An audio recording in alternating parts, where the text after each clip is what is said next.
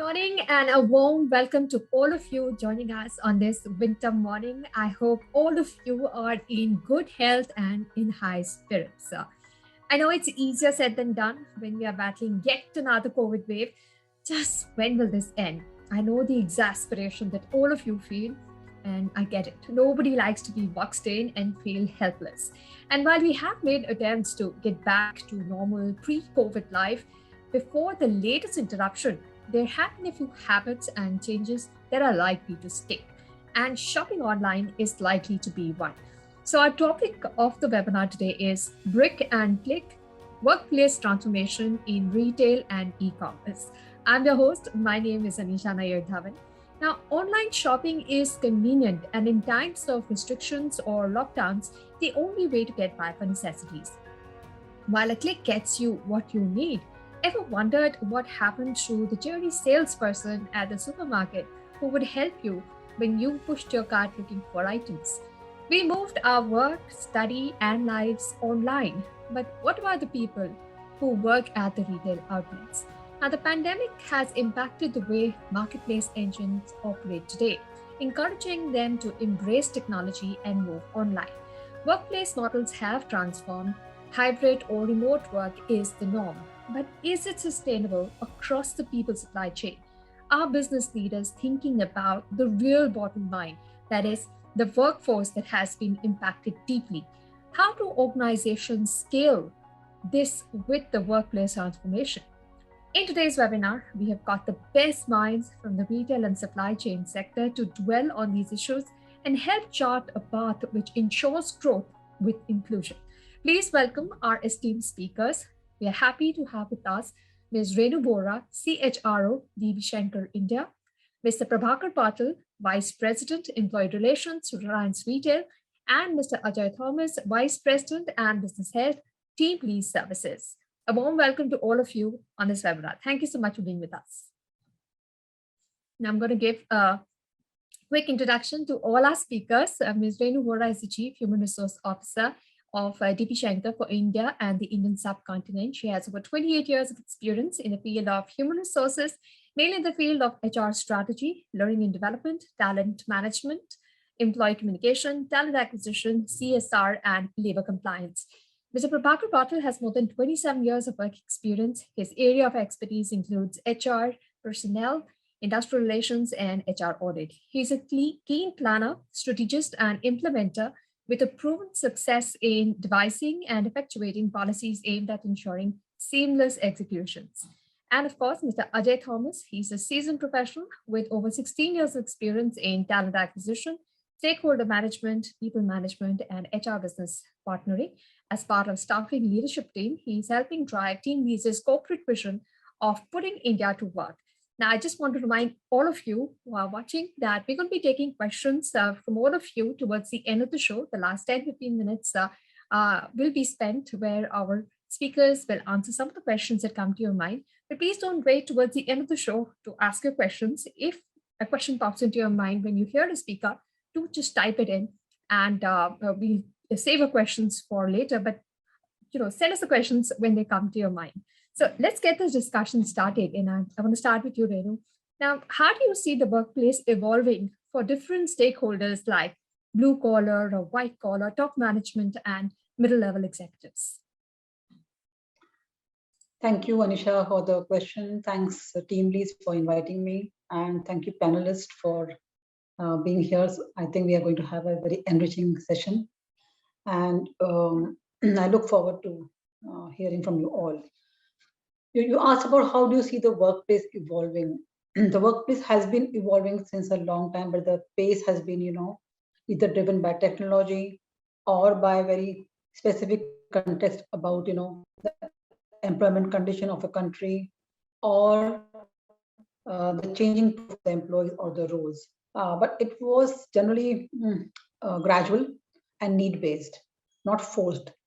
With the pandemic, when we were all forced to change our working norms or working conditions and the workplace itself, and it went to all work from home, some of the roles which could not be done from home, then they were transitioned to do something else to make them productive like the role of, say, a receptionist working in your organization, and if the organization is progressive and they would think of what new role can be given to such professional sitting at home or working from home, or and so on. But what happened is that it moved to work from home. Still, the roles in retail or in particularly in my organization, where we are into freight forwarding and we are into contract labor, we are into contract logistics, where we do warehousing operations. So in the warehousing operation never stopped. And we being in essential services, except for some customers which could not, fall in that line, 90% warehouses worked, which means the workers came to workplace. So what has changed and what is evolving? I think it's evolving in all multiple directions. One is about the definition of workplace. Work from home for white collars, managerial staff, the so-called knowledge worker, where work happens more at the ideation level, more on Excel sheet, spreadsheet, discussion and thoughts, which are maybe converted to services and products. So there, work from home was possible, is possible, and I think it has been welcomed a lot.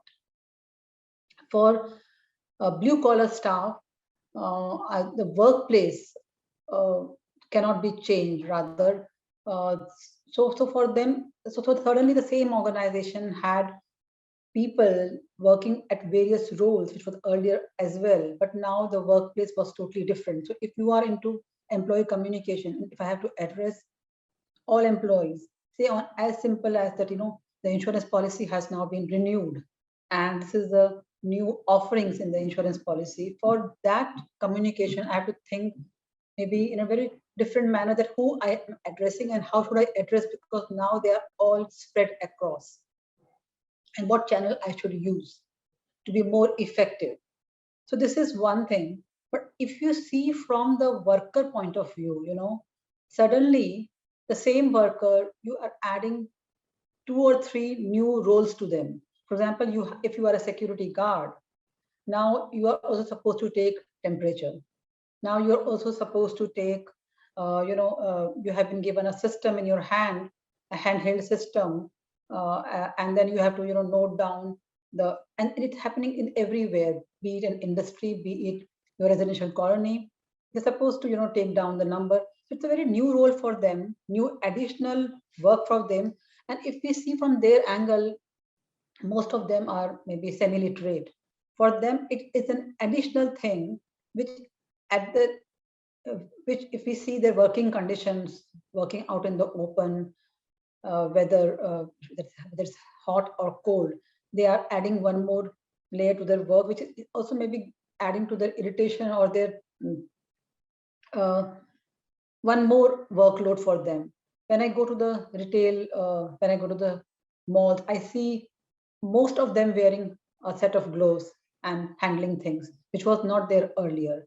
So I would also wonder that is it easy for them to hold some knife with bare hand to cut your grocery or vegetables, or is it easy for them to wear a gloves and maneuver? So I think from work definition and work role point of view, things have changed. And even when we talk about work from home, for people like us, the first thing is working condition. Are we able to give the same working condition, like a proper lighting? If we talk about a Gallup survey, the first question that, is the role clear? Are you having a proper working condition in the sense of physical lighting is there? Do you have access to toilet? Do you have access to an ergonomic workspace? Is your seating or your office chair is proper? And these things, how will you regulate at home? And this is where I think the entire concept of wellness comes. We may say that an employee is an adult and they should be taking care of their spread of work. They should be able to handle all this aspect at home as well. But it may not so happen so. And as an organization, it's adding to one more complexity that now the working conditions have to be regulated at various levels. And where do you see that we just cannot regulate? You can just only empower employees. Same is the case with spread of work.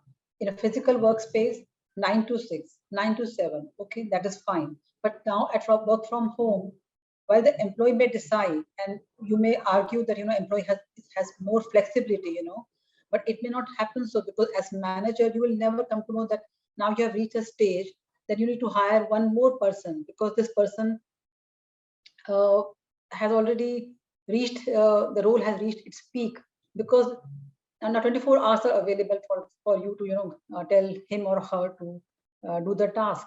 So it's quite that way. I would say a bit complicated, and the entire workspace, employee experience, working conditions, and management of work from the supervisory point of view has changed.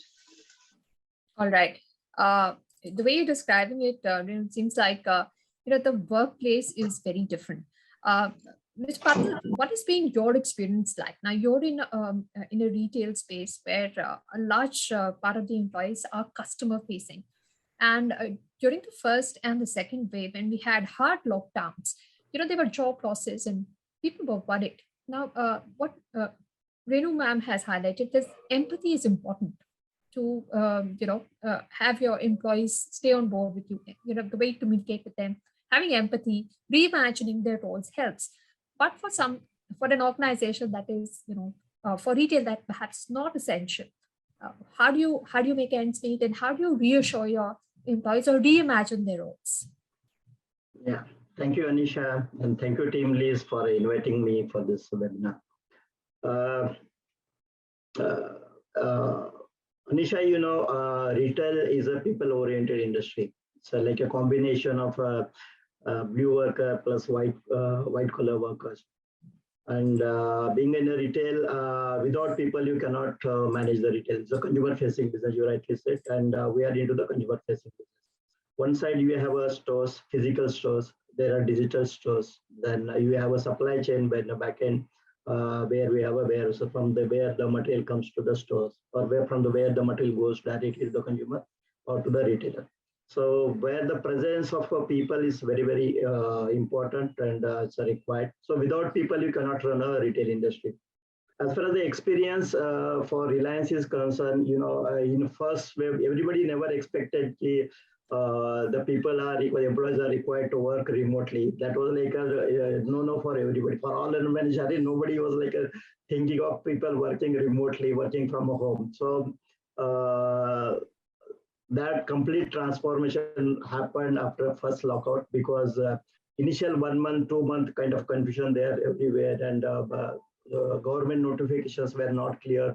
Nobody was clear about what is going to happen, and the complete lockdown, and the stores were closed, the warehouses were closed, the people were asked to stay back at the home. The people went back to their natives, and people were really not available in the stores as well as the warehouses. And everybody was worried what is going to happen, because there was a confusion among the people, what is going to happen. And then calling back the people under duty was a challenge, as you said, yes, because where we closed the operation almost for 1 month, 2 months, and thereafter after a government notification, everybody started, because unless and until people are there, you cannot run an operation. Then everybody started working. One is the people, and second will be the technology. So yes, technology is going to help for the new way of remotely working from home. But is that the answer? And without people, you cannot go into run the operation. So in operation means when you are talking about any operation, merchandising, selling, or even your supply chain, without people, you cannot run the operation. So then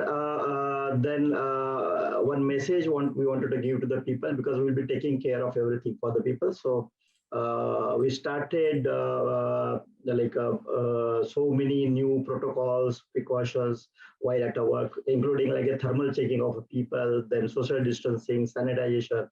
And we set up a symptom checker system in the system, so that in case from business continuity point of view, if at all there are the people who are getting infected, they should be taken care of immediately. So there's a referral set up by the Reliance, so the referral people started calling the people, and then if the person is really sick, is infected, so putting that person in a hospital, maintaining some perk with the family, giving a confidence to the family, building a trust, that kind of this thing.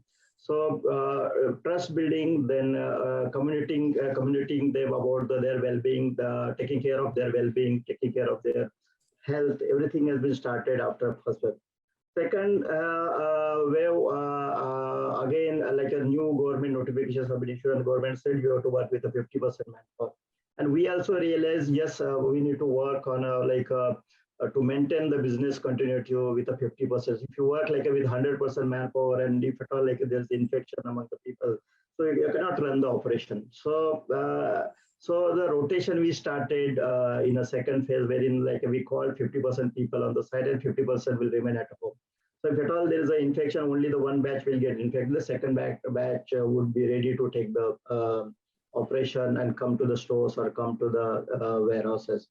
So there was a challenge with respect to calling the people on duty. There was a fear among the people, and people were looking for a more kind of a help. And there we from a Reliance side, we gave whatever help required to the people, whether it's a health, whether it is a awareness, whether it is a PPE kit, on all front we help the people. The COVID leave kind of we started. So in fact, if the person is infected, he is less assured that he can stay back at a home, and he will be paid for the days he absent.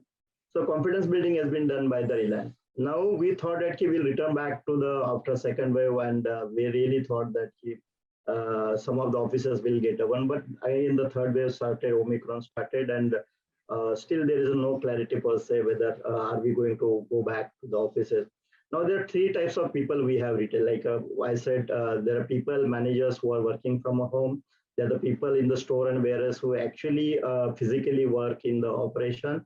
And there are third set of people in e-commerce. They are like a field people who are there in the field. They meet the retailers, they meet the consumers. They are into the selling of a product, marketing of the product.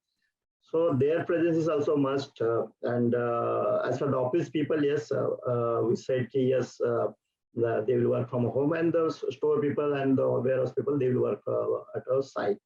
So what is going to decide who are going to work in office, or who are going to work remotely, who are going to work there at a site? So everything depends on the job requirement. So job specifies who are going to work remotely and who are going to work whose presence is required in the store or warehouses.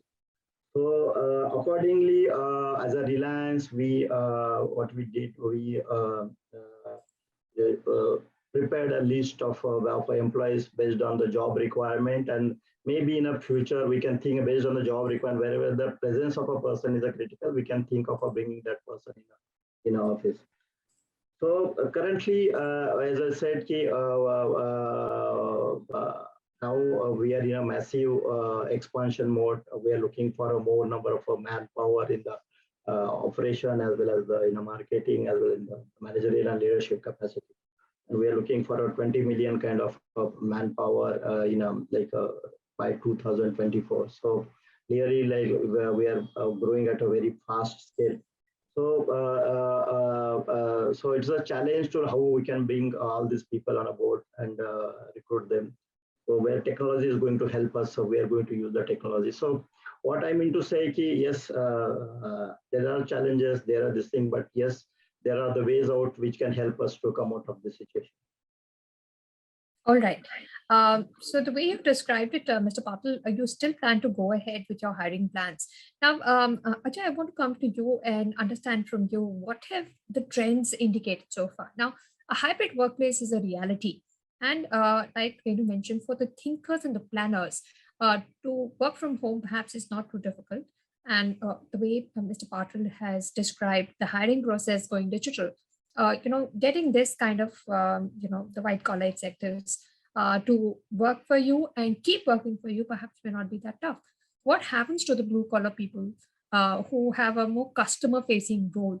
Are they reimagining their own roles? Are they upskilling themselves? What could be the future for both these categories? Okay, thanks, Anisha, and thanks all the panelists.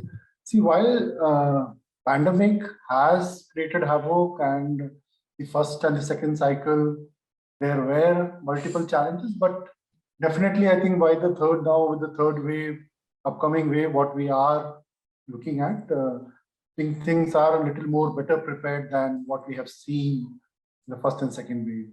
From a point from where we are sitting, where we work with multiple clients across, I think what pandemic has also bring in, specifically for the white collar, is that they have given these companies of greater access to talent. Also on the increased productivity from individuals and the smaller teams, cost, which is one of the point which has been debated more during the pandemic. I think that's something wherein companies are looking at lowering the cost, and they are able to, wherein work from home model is there, wherein almost the entire white collar space, people are working from home, and the flexibility, and also improving on the employee experience, right?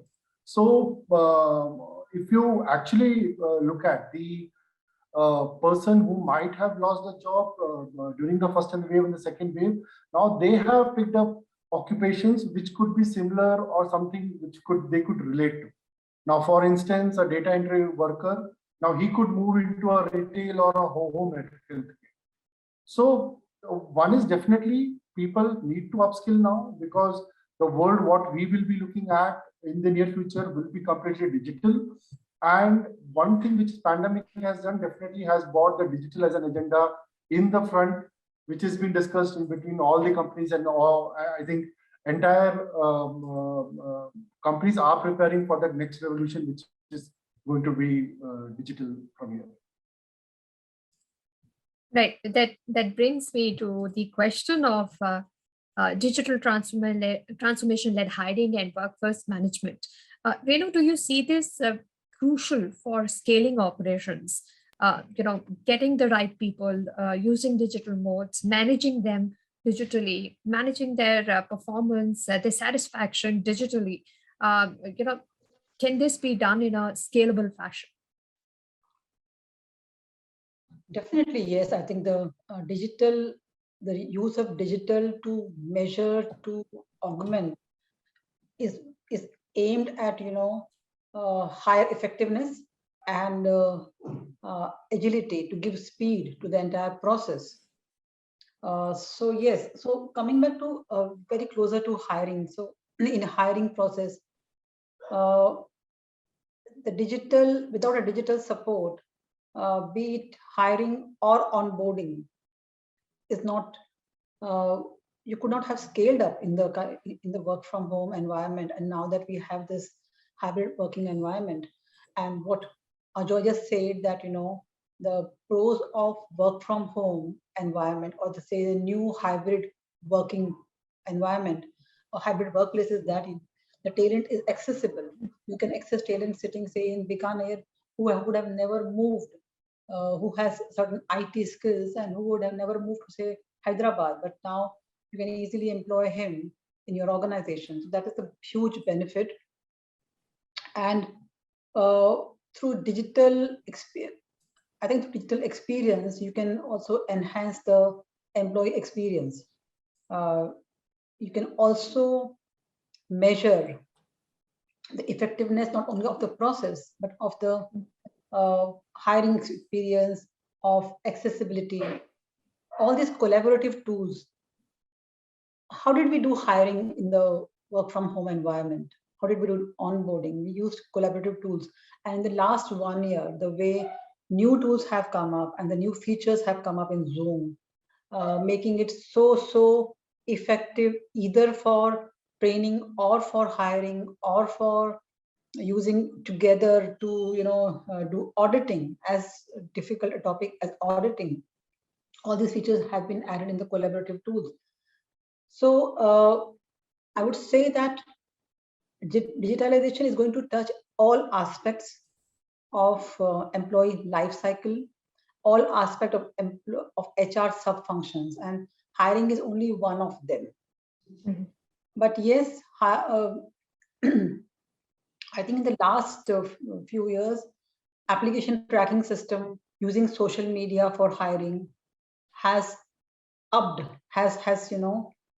for a huge increase and huge usage by all and sundry.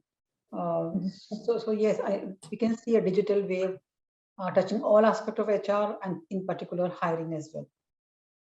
But then it also means that, you need to have new skills, as HR, as somebody who was doing hiring as hiring manager and as a talent acquisition head, now you need to have new skills to evaluate and assess people, because you are now meeting them on a different platform. Virtually. Yeah, virtually.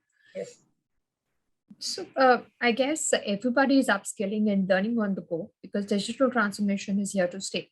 Mr. Patil, what would you like to say about digital hiring and workforce management in today's hybrid era? You said Reliance is looking to hire aggressively because you have huge expansion plans.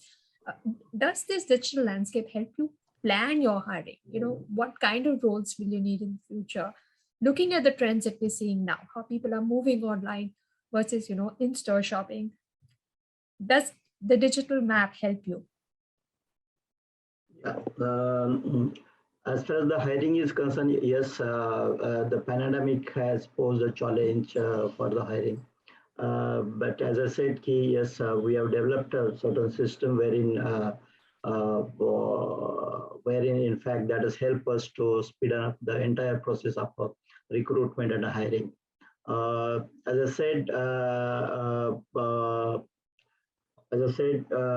we have created one platform wherein this our career mobile app, which is being launched by company, wherein from registration of a candidate, then the profile creation, then uploading of a CV, then you can search for a job, then you can apply for the job, but then the online assessment is also possible. Pre-assessment tools are there. Then the offer can be generated by the company, and then the candidate also can accept the offer digitally. So that kind of automation has been done in the entire system as far as the hiring is concerned. So when we are looking for a massive scale of recruitment because of a growing of operation, one side we are looking for more space in the warehouse space, wherein we are looking for in almost all district or all district, where we should have a warehouses which can cater the requirement of the stores or as well as the e-commerce business. So simultaneously, we work on the hiring of the people, how it can be managed, because we require a massive this thing.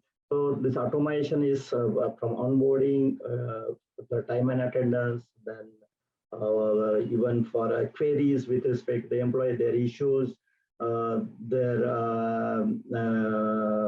people issues management, then their deployment, the communication, then the learning, and then learning models, conducting various meetings, seminars for the people, town halls, everything. For everything, the technology now is going to be used here in the platform. There are various platforms which has been launched, which are going to help. So like if I say it's onboarding, so for onboarding, now if you require a PAN details, now there is an integration. We have started using artificial intelligence. So the PAN card number can be checked with the help of integration with NSDL side. There will be auto generation of UN numbers for the Provident Fund and ESIC purpose. That will also happen. So the document checking, everything is going to happen automatically. So in fact, one good thing happened because of this new era of hybrid working, wherein the people are working remotely and there are people working on the sites also. One good thing happened where you require more number of people, everything has been automated, and that is helping us for a recruitment of a more number of people, whether it is at a front-end side or whether it is at a work from home requirement. Yes, yes, yeah, as you said, how this is going to help. So this is certainly is helping us for recruitment of more number of people, and in fact, it gives a more accuracy as far as the. In fact, the interviews also we conduct online through using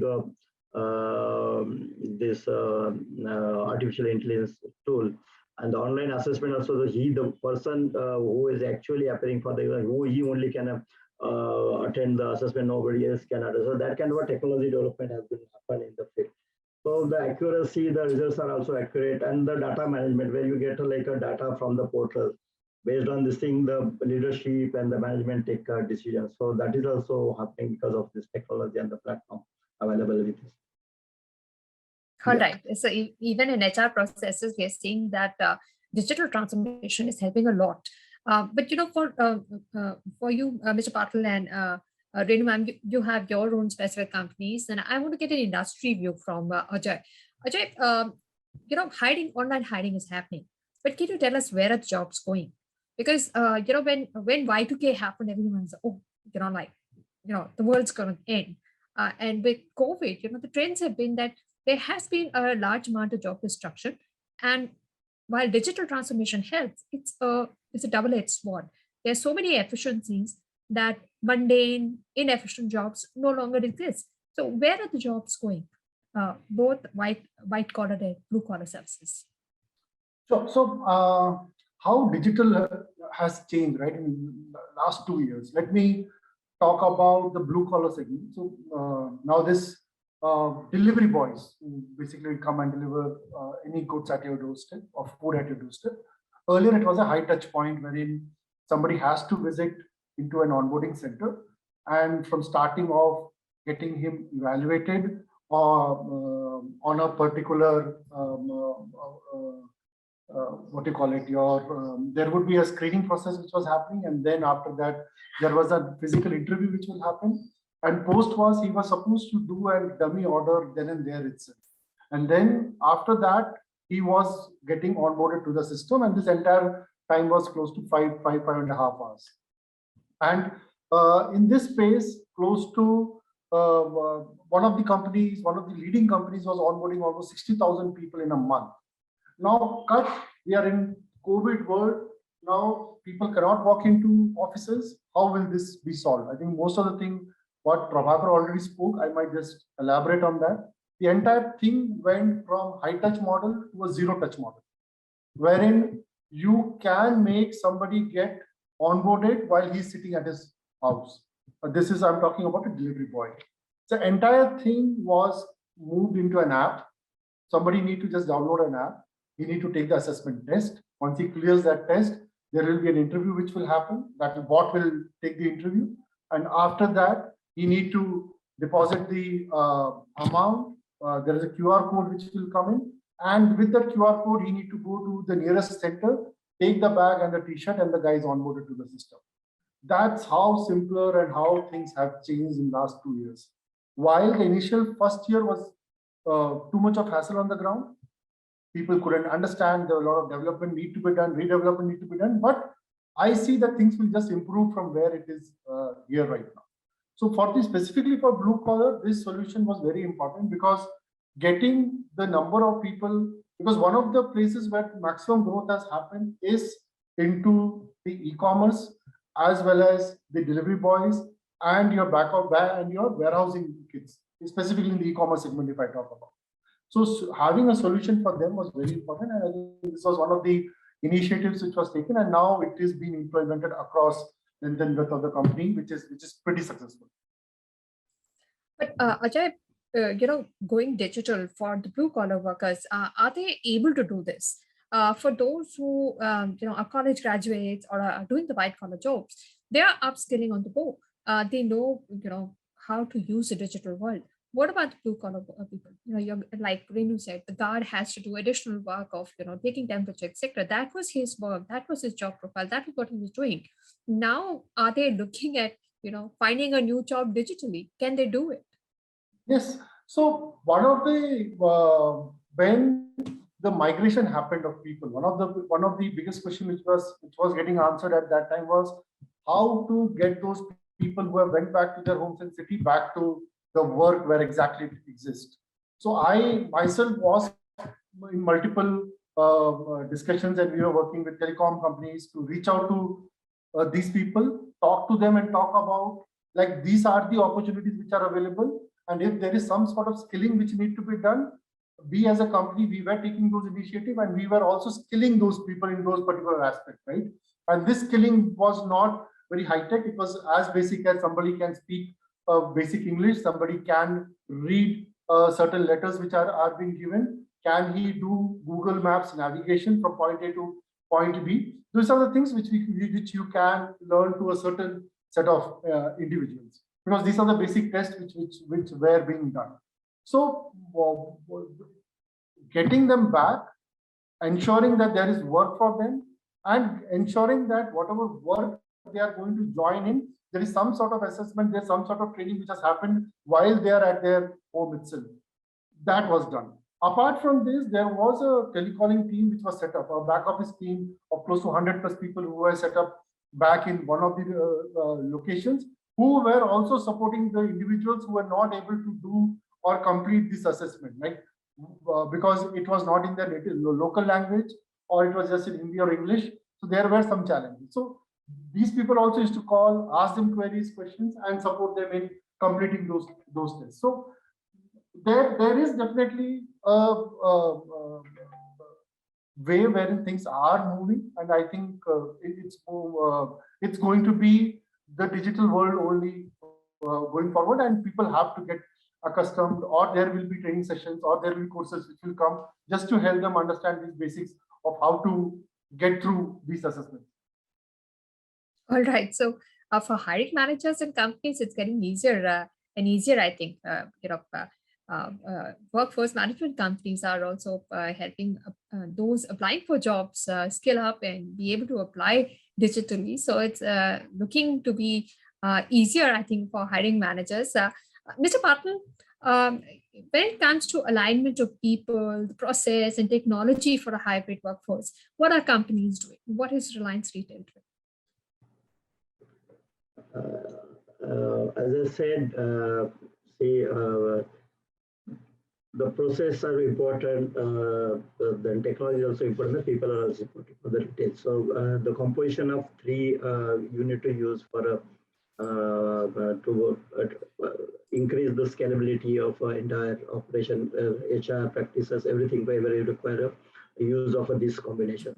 As far the people is process are concerned, the process you can convert into the systems by using the technology. So unless and until you have a right processor, you cannot convert that into the systems, and we cannot convert them into the online auto mode. So what we did, like for all kind of transactions, actions, the operations, we have written down the processes which we thought we convert that into the auto mode. So that is one thing. As far as the people is concerned, people are required to be trained for the processes, what kind of automation they are going to go through, and what is their exact role in the entire digital world, everything.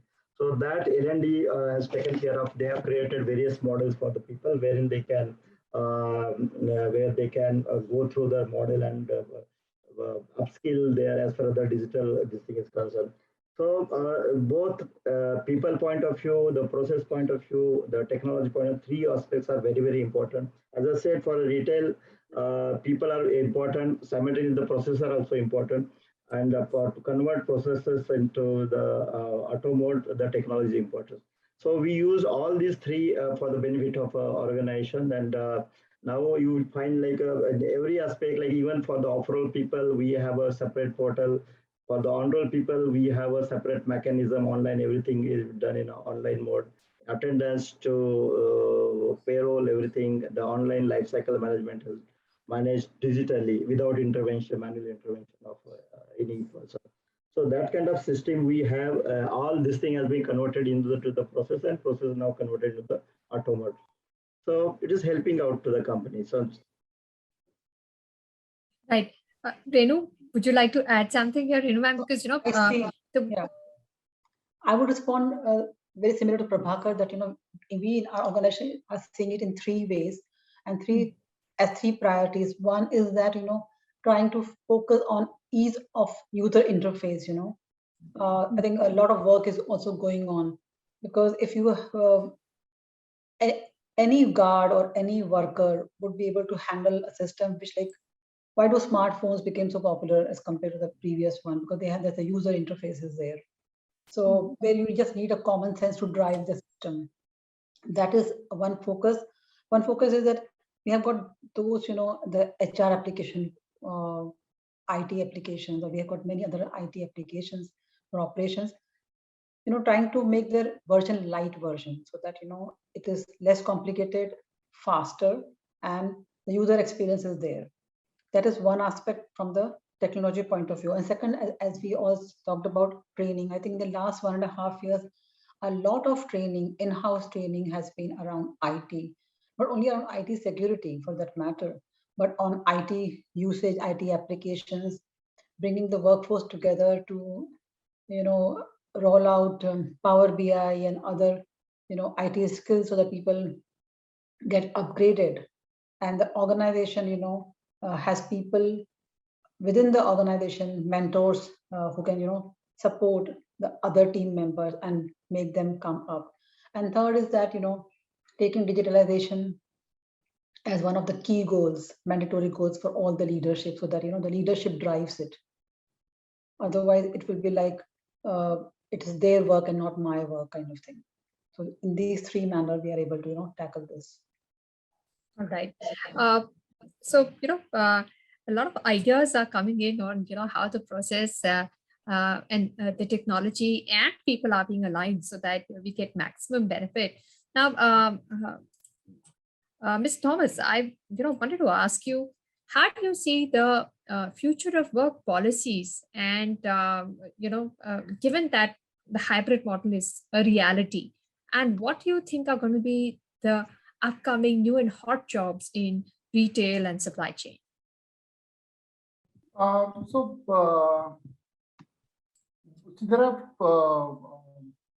today, if you look at the many companies, they have deployed automation and artificial intelligence in warehousing, grocery, call centers, and manufacturing plants.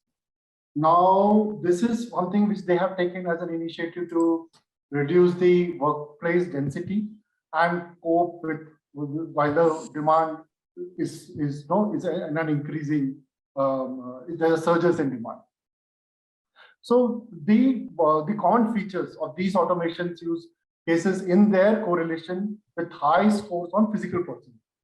The work arenas with high level of human interactions are likely to see the greatest acceleration to adoption of automation and artificial intelligence. So the post-pandemic organization, the attention to the effect of organization norms and their culture. The second would be the focus on ties that bind people who are working from office as well as people who are working from home. The core aspect of the leadership and the broader group for leaders and the managers. The opportunity, the hybrid virtual model that fits one company, that's something which needs to be looked at.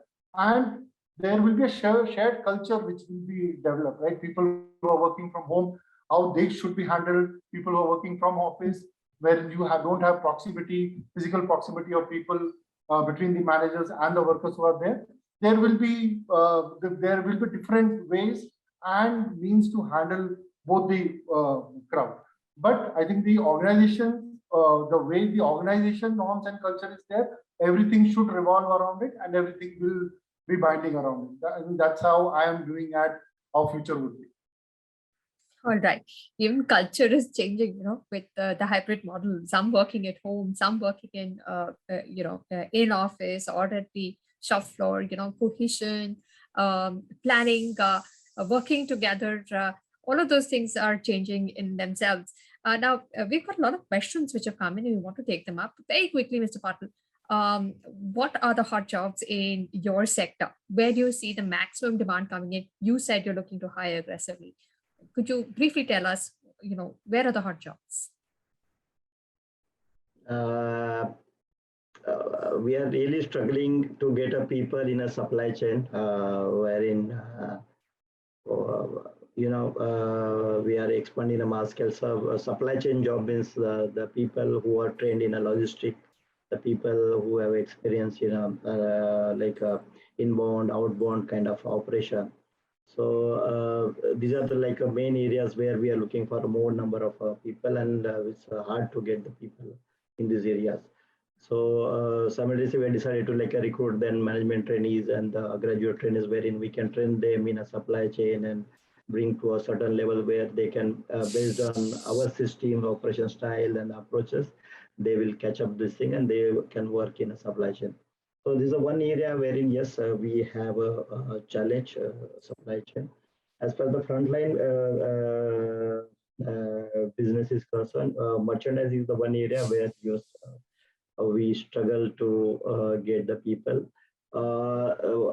If you look towards the, I don't know about the experience of this thing, we also have a company called Grab, which are into the last mile and first mile delivery, where the attrition rate is really, really very high. The attrition is about a 40 to 50% per month kind of a ratio we have. So they're also getting the people for a delivery. That is a one more challenge. Because the attrition is very high and continuously are into the recruitment of the people, and then people come, and whenever there's in a competition offer some more, this they immediately the job. So delivery wise, one area wherein yes, difficult to get the people. So these are the areas. Yes.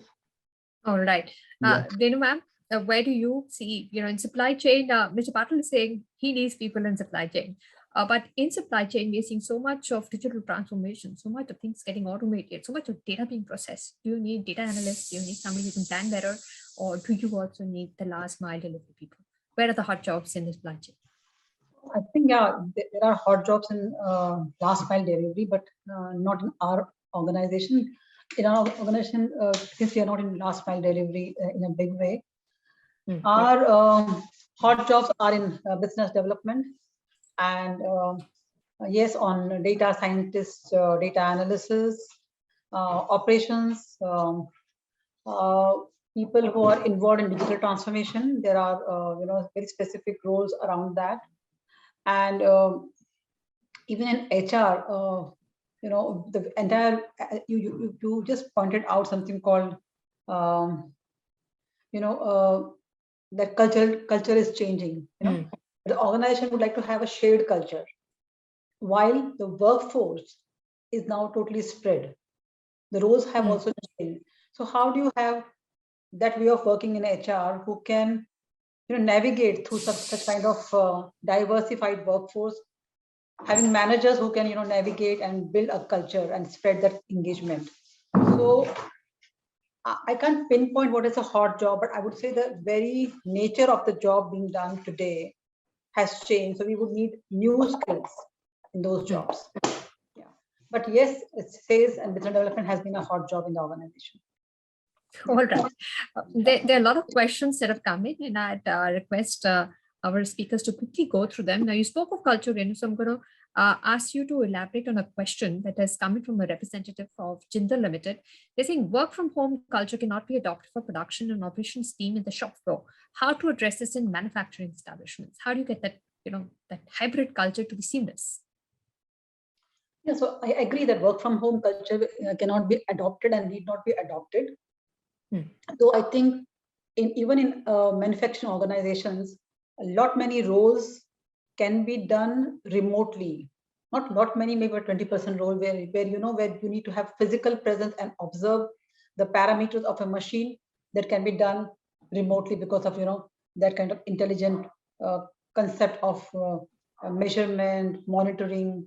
The way we talk about the smart building concept, and sitting from this floor, you can just switch off the light of various floors. So very similar thing can happen in manufacturing, where you are just observing, monitoring temperature in a smelter or things like that. But majority roles will be where you need to have physical working. They will be in the workspace. Now, some roles in the manufacturing company will be done from home. So the question I think is, how do you make the culture seamless? Yeah. First of all, I think we need to accept that, not one size fits all. And we are working, we are going to be in a world where nothing will replace nothing. So I was looking at a question where somebody was saying offline versus online. I think we will have OTT media as well as we will have movie theater. I think so. Similarly, though I don't have a crystal ball gazing thing, but similarly, we'll have mom and pop shops. We will also have, people buying online. But I would not say that one will replace another, but we'll live in a world where we'll have all these, options available. So how do you handle culture in an organization where some of the managers are sitting at home, some of the majority workers are working and supervisors are working in the shop floor? I think that is more important. How does culture is in the air, of the organization. So, and how do you share those values through your policies which carry the spirit of the organization?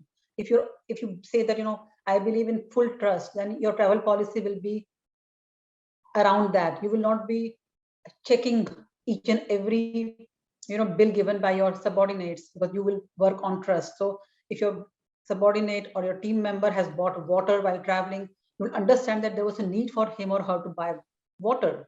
So I'm just saying that if the organization is very clear about what are the shared cultural values which are around trust, respect, then even work from home can be done easily. I will not pressurize my team member to switch on the camera. I would understand, I would make the culture conducive that I'll switch on the camera, I'll walk the talk. If she doesn't do it, maybe on the third or fourth instance, she will do it, but I can't force her, just switch on the camera and be so coercive, or just come on a call, even maybe she's warming the food for her children. So in work from home, you have to give a lot of flexibility. And I think this mindset that like work from home is an easy way, or is for fun or ease, or is like a prerogative, I think we should not be seeing it that way. It is not a prerogative. Yeah. So communication is very important, because you want to tell everyone, even on the shop floor, that work from home is not leave. It's not a cushy thing. They're working as hard as you, and that is going to drive the culture forward. Now, we've got another question which is coming from 𝗕𝗿𝗶𝗰𝗀. Mr. Thomas, I'd request you to please address this question and then take it to the other panelists. Very briefly, what platforms do you recommend for pre-screened video interviews done in the portal? So we generally deal with the blue-collar workforce. And, the platforms what we use are your basic checks, which is your the qualification certification what he's submitting, that is right.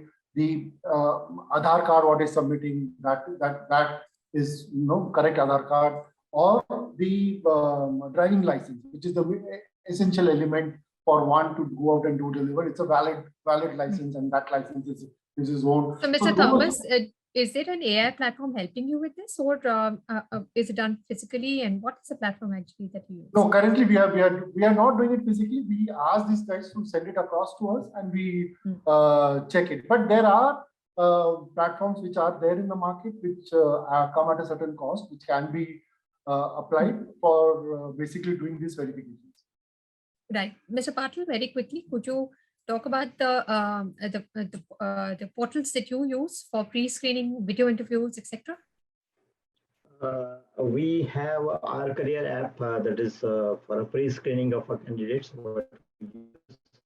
Which captures, yeah, and we have a hot process in place wherein we use that platform for onboarding of our candidates. So, which takes care of, like, even we use the AI for other verification, the joining document verification, the PAN verification, for everything. When the UN generation happens automatically.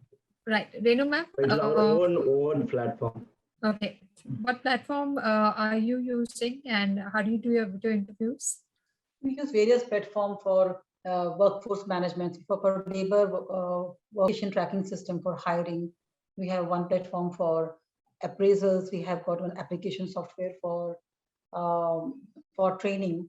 And the issue with us in Schenker is that these are at times very independent. They don't speak to each other. Most of them have AI inbuilt, and at global level, I think we are working on how do we unify them, how do we make them integrated. Yeah. Okay. So integration perhaps will be the next step in this. Mr. Patil, you spoke about attrition. So we have got one question from Preetham coming in. What are the things during orientation and onboarding that we can implement or emphasize to lower attrition at the time when there's such high volatility? Yeah. See,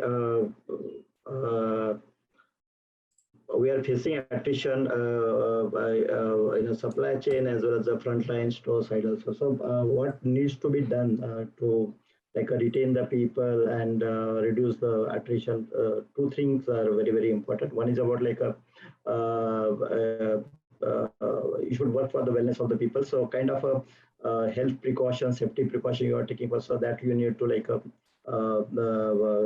communicate to the people, bring awareness on that. That is so that this company takes care of all aspects during the pandemic. That kind of a message one need to give to the people. So if you are giving such kind of message, the kind of precautions and the protocols you are using for the safety of the people, for the health of the people, that we need to communicate to the people.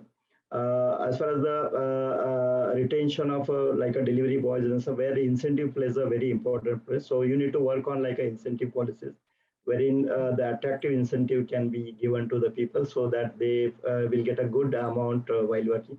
Now, new order is an output-based compensation, wherein now because the gig it's a gig world or freelancers world, wherein the most this thing compensation should be linked with the output. So you need to work on an incentive which is linked to the output. So that will certainly help for the retention. If they get a good money, good incentive, so retention is a possible. So I guess this is an ongoing process, how to keep the people you hire and not just one that you do at time of hiring and onboarding. Mr. Thomas, there is another question that is coming from Preetham. What innovative and maybe even fundamentally new thinking should SMEs adopt to hire and retain blue-collar workers during this time? Would you like to take this? Yeah, so see, retention, attrition management, there are a lot of basic things what a company can do and should do. One is when a blue-collar workforce is being hired or onboarded to a platform, if he's a fresher, right?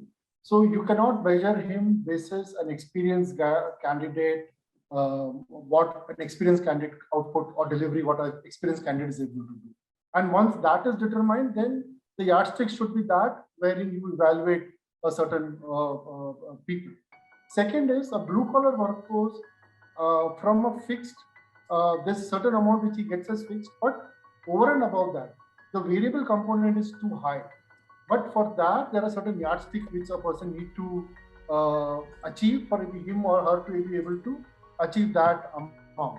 Now for that, if somebody is supposed to do say 10 orders in a day and anything above 10 orders, they are be able to get an additional incentive on every order what they do. Now technology need to go and tell, like if somebody has a 9th order in a day and they are going to log out for the day, somebody should say, or technology should speak and tell that you do 2 more orders or 3 more orders, and that will be eligible for extra pay and you can earn this much more for the day. So, apart from this, a buddy system which has been there, and that's something which everybody should implement. A guy who is a fresher, the challenge what he or she faces on the ground, he should have somebody whom he can talk to apart from the reporting manager, because the reporting manager will have multiple other tools than just handling the daily issues. So if somebody is there to handle the day-to-day issues, and that's another way where you can control the attrition in any company.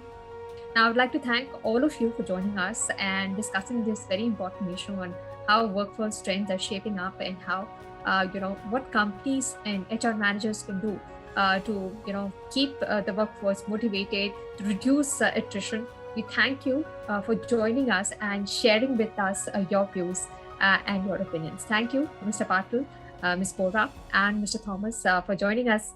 And thank you for your time. And a big thank you to all the participants for actively, coming up with the questions and engaging with our speakers as well. We thank you for your time and thank you so much for joining us today. We'll see you soon. Bye-bye. Thank you. Thank you. Pleasure for all us. Yeah. Thank you.